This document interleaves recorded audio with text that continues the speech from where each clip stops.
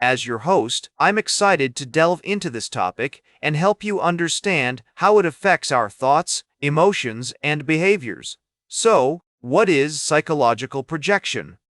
In simple terms, it's a psychological defense mechanism where we attribute our own unwanted or unacceptable thoughts, feelings, or motivations to someone else. This can be a way of avoiding guilt, anxiety, or shame by redirecting our attention away from ourselves and onto others.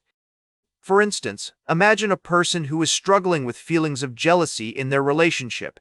Instead of acknowledging and addressing these feelings, they might accuse their partner of being flirtatious or unfaithful, thereby projecting their own emotions onto someone else. The concept of psychological projection has its roots in psychoanalytic theory, particularly in the work of Sigmund Freud. According to Freud, projection is a common defense mechanism that helps us cope with stress, anxiety, or other forms of emotional discomfort. By attributing our unwanted thoughts or feelings to someone else, we can maintain a sense of self-image and avoid feelings of guilt or shame.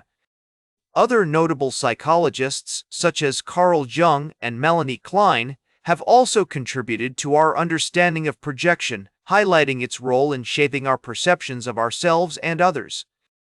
One of the key theoretical frameworks that explains psychological projection is the concept of the shadow self. This refers to the repressed or hidden aspects of our personality, which contain qualities we've denied or hidden from ourselves. When we project these qualities onto someone else, we're essentially trying to distance ourselves from our own undesirable traits. For example, a person who is intolerant of others' opinions might accuse someone else of being close-minded, when in fact they themselves are struggling with similar tendencies. Research on psychological projection has yielded some fascinating insights.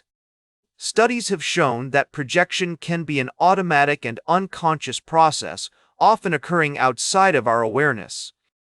For instance, one study found that people who were prone to projection were more likely to attribute their own negative emotions to someone else, even when they had no evidence to support this claim.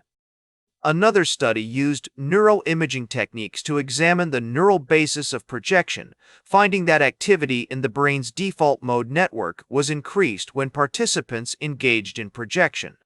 But how can understanding psychological projection help us in our everyday lives? Recognizing when we're engaging in projection can be incredibly liberating. It allows us to take ownership of our emotions, thoughts, and behaviors, rather than blaming others for our own shortcomings.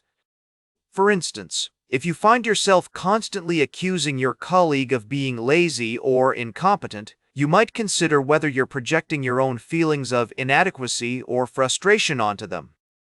Therapeutic approaches like psychodynamic therapy or cognitive behavioral therapy can also help individuals become more aware of their projection tendencies and develop healthier coping mechanisms. By exploring the underlying causes of our projections and learning to recognize the distortions in our thinking, we can develop greater self-awareness, empathy, and understanding for others. In addition to personal relationships, understanding psychological projection can also have implications for social and cultural issues. For example, recognizing how projection contributes to prejudice and stereotypes can help us develop more effective strategies for promoting tolerance and acceptance. By acknowledging the ways in which our own biases and assumptions can lead us to project negative qualities onto certain groups or individuals, we can work towards creating a more compassionate and inclusive society. By acknowledging the complexities of our own minds, we can work towards creating a more realistic understanding of ourselves and those around us.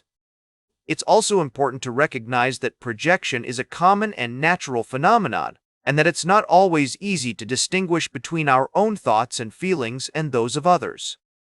However, by cultivating self-awareness, empathy, and critical thinking, we can learn to navigate these complexities and develop more authentic and meaningful connections with others.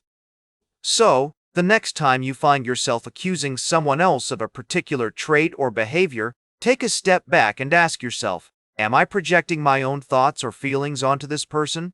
By doing so, you'll be taking the first step towards a deeper understanding of yourself and those around you.